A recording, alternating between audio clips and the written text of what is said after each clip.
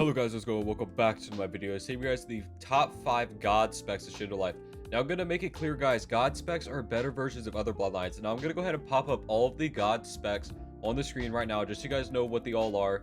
Just so you guys aren't confused later on in the video why Minakaze or things like that aren't there. They're not there because they're not god specs. They're entirely on bloodline. But yeah guys, if you guys enjoyed the video, make the like button more. Let's get right to the video guys. Now coming in 5th is going to be Xeno Dokai. Now Xeno Dokai is going to be coming in 5th because it actually is the god version of Dokai. Now it is actually very good as a bloodline. Now when it comes to Xeno Dokai, a lot of people mainly use it for boss farming, but it actually is quite good for PvP as well. But most of the people use it for boss farm. But when it comes to the M1s are insane. As you guys can see, they have no knockback, so you can literally just do M1 M1 M1 air combo, M1 M1 M1, boom. That's like 100k damage right off the bat right there from a simple M1 combo. Non-knockback M1s are OP, and that's why Xeno Dokai is very OP.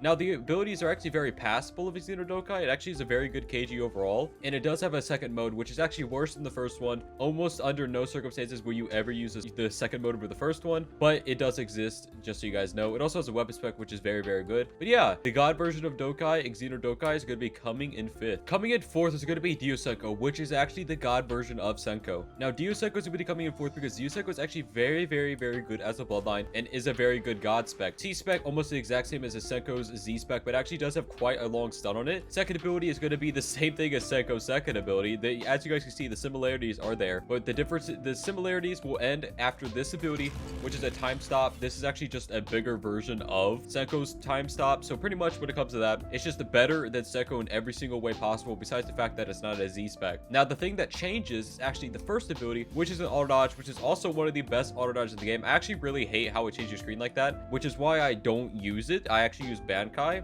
But if you guys don't mind your screen going P yellow for a couple seconds, it actually is one of the best auto dodges in the game and is going to be coming in 4th. Now coming in 3rd is going to be Shindai Rengoku, which is actually the god version of Shindai Akuma. Now this is like the only one where it doesn't share the second name because it's obviously not an Akuma, but it has almost all the same abilities of Shindai Akuma, just a tad bit different and better. First ability is obviously going to be the same as the Shindai Meteor, but it actually has 2 meters that come down, but it doesn't do as much damage if I'm not mistaken, but actually is a lot easier to hit. Now the second ability is completely changed. Shindai Akuma does not have this, but you know what Shindai Akuma does have? This. But you summon 3 flowers and you do a giant damage burst, and the stun is actually a lot easier to hit because it is instantaneous. So yeah, that is very good and broken. Now the third ability is going to be a better version of Shindai Akuma's first ability.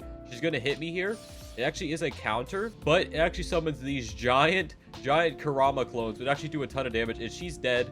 She actually healed before this. She's dead. The best part of Shindai Ren is actually the throwables though.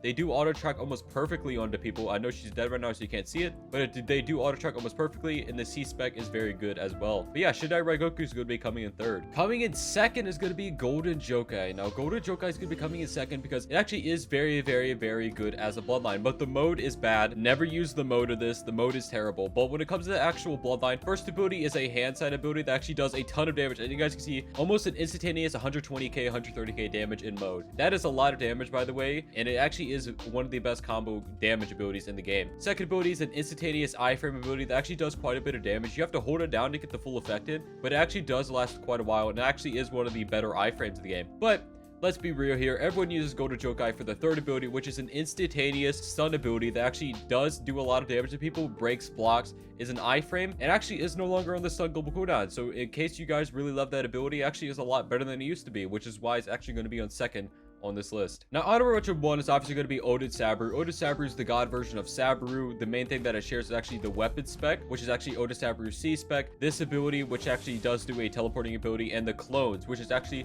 a lot like Saburu clones, but much better. But when it comes to Saburu, it actually is very good as a bloodline. The main thing that is bad is the third ability is considered a counter auto dodge thing, so it is on the same exact global cooldown as the first one, which isn't very good. But the second ability, Odin Saburu, kind of carries it into the honorable mentions. Actually is very good. C spec is also very good, and overall Odin Saburu is actually one of the most underrated bloodlines in the game. Now honorable mention 2 is going to be Raiken Shizen. Raiken Shizen is going to be an honorable mention 2 for there's going to be just like 1 or 2 main reasons. First of all, the roots ability of Raiken Shizen is absolutely amazing. It auto tracks the people perfectly. It does a lot of damage. It actually does stun them as well. It actually is a very good ability. The second ability is not very good, but if you can do it properly, it's decent at best. Third ability is pretty much just free damage to a bunch of teams and actually disrupts fights like absolute crazy. It is one of the best fight disruptors in the game. But let's be real here, nobody uses Raikkonen for any of these abilities for sure. Most of the people use it for the C spec. So I'm gonna go ahead and use the C spec on her. I'm actually gonna do my best to aim it because I don't have a... Oh, she died already.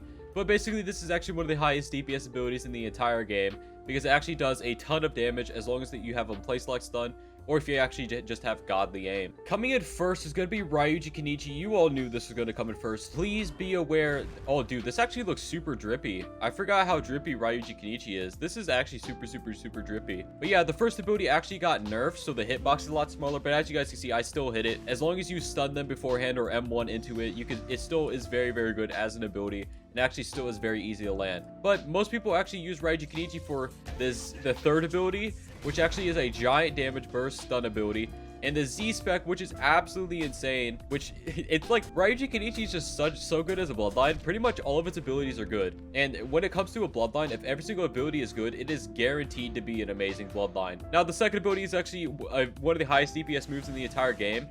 As long as you can land it. Sometimes it can be difficult to land, but when it comes to Ryuji Kenichi, this stuff is just so good, so busted. And when you're low, it actually does give you a second life. So yeah, overall, Ryuji Kenichi definitely one of the most busted bloodlines in the entire game and the most busted god spec. Anyways, guys, that actually be it for this video. If you guys enjoyed this video, remember to like, subscribe, click on more. Hit sex, guys. Bye bye.